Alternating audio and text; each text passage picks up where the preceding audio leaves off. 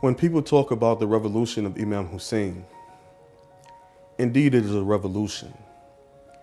But this revolution did not start like any other revolution. To look back in the history, you find that after our Prophet Muhammad died, there was discourse between the Islamic Ummah. And Imam Hussain had a brother by the name of Imam Hassan. And Imam Hassan made an agreement with the ruler of the time by the name of Muawiyah. Muawiyah did not honor this agreement that he made with Imam Hussain. The agreement was that when Imam Hassan or Muawiyah died, if Imam Hassan was still alive, that the leadership of the Islamic Ummah would go towards Imam Hassan. But if Imam Hassan was not alive during this time, that leadership would revert to Imam Hussain. When Muawiyah died, he did not honor the contract and he gave the power to his son Yazid. When you think about a revolution, people are always ready to go fight. They're ready to overturn the bad that is there. But the revolution of Imam Hussain is the right type of revolution because his revolution came from first seeking peace. When Yazid became the caliph of the Islamic Ummah, he told his henchmen to go to Medina and have our blessed Imam Hussain to take allegiance to him. And they were told, if the Imam would not give you allegiance, his hand in allegiance, take his head in defiance. Our Imam was put in a situation that many of us are put in. We're asked to either preserve our lives by doing something evil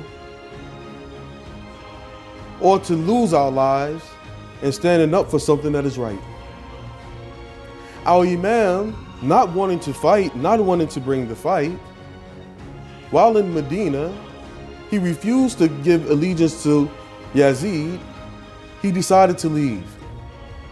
If he didn't leave and he fought in Medina, what would the people say of the grandson of the Prophet? They would say the renegade grandson of the Prophet brought bloodshed to Medina. So our Imam Hussain, he says, I will honor my grandfather in life and in death. He walked away. Our blessed Imam went to Mecca.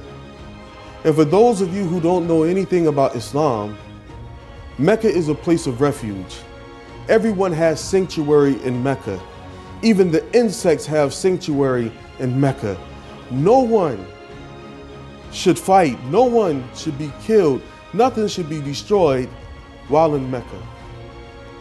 It is ironic that our Prophet Muhammad left Mecca to go to Medina to seek refuge from people that tried to kill him. 60 years later, his grandson leaves Medina to go to Mecca to seek refuge from people that were trying to kill him. Again, we talk about a revolution, but our Imam Hussain, he avoided fighting conflict. He knew that he was on the right.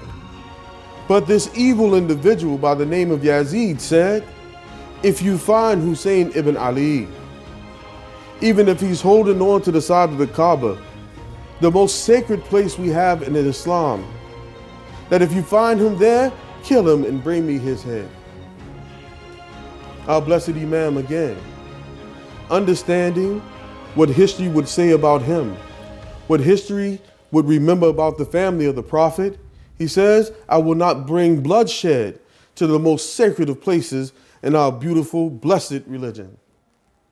So he decides, by the bequest of people, to go to a place called Kufa in Iraq. Our Imam didn't go to Kufa because he wanted to uprise against people, but the people of Kufa said, if you come here, we will protect you.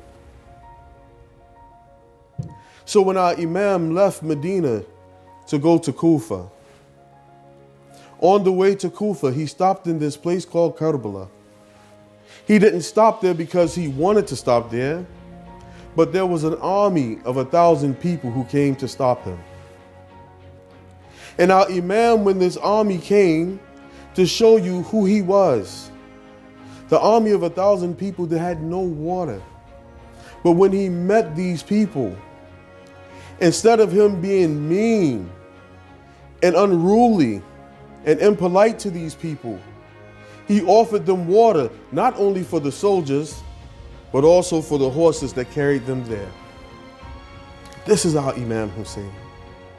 And when they stopped him there in this place called Karbala,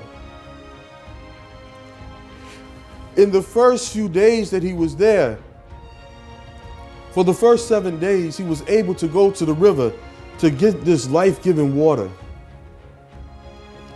But from the 7th day on, they stopped giving him water, even the people who he gave water to in the middle of the desert. Who does something like this? This revolution was not about revenge. This revolution was not about gaining power for this temporal world. This revolution was to show us that Allah gave us a plan. Allah gave us perfect individuals, and because of these perfect individuals, they gave us the perfect way to deal with every situation. And because our Imam was not worried about what would happen to him in this world, his revolution, like Gandhi after him, started off as a peaceful revolution. And the only time when blood was shed was because our Imam said, "How can a man like me ever give allegiance to an evil man like this?" As believers in God, we have to always ask ourselves a question. Those of us who live in America now, just like the people who lived in Kufa then, who lived in Iraq then, who lived in Medina then, we all have a question. Are we going to follow God, or are we going to follow the evil inclinations that are given to us by evil people? Imam Hussain, because he said that I will stand for God, those who wanted to stop this life-giving, this salvation-giving message of Islam, they decided to kill him. And they felt like if I kill this man, then I could kill Islam. But God says in the Quran that he plans and they plan, and he's the best of all planners.